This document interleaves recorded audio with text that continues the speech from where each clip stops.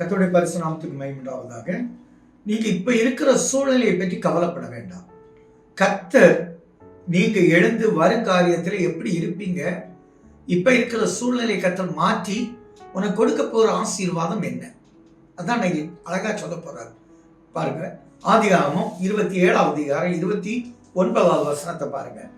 அதாவது ஆதியாகமம் 27 27ல 28 29 பார்க்கணும். தேவன் உனக்கு வானத்து பனியையும் பூமியின் கொழுமையும் கொடுத்து மிகுதியான தானியத்தை திராட்சரசத்தை தந்தருவாராக.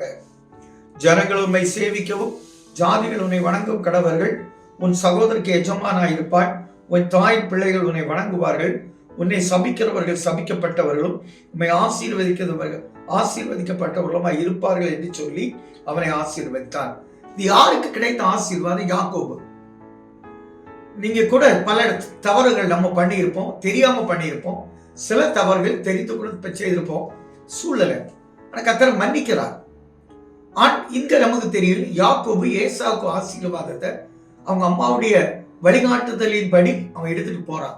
அவங்க அப்பா ஆசீர்வதிக்கிறது தான் அந்த அழகான ஆசீர்வாதம். பாருங்க, 27வது வசனத்துல பின்பகுதியில இருந்து, என் குமாரனுடைய வாசனை கர்த்தர் ஆசீர்வதித்த வயல்வெளியின் வாசனை போல் இருக்கிறது. முகர்ந்து பார்க்கிற கர்த்தர், உங்களை உற்று பார்க்கிற கர்த்தர் சொல்றார்.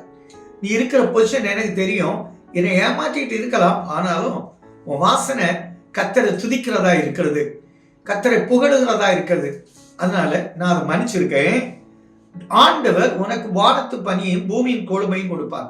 இஸ்ரவேல் நாட்டுல பாத்தீங்கன்னா பனிதான் பிரதானமான ஒரு நீர். அவங்களுக்கு அங்க பெரிய அளவுல நீரோடைகள் இல்லை.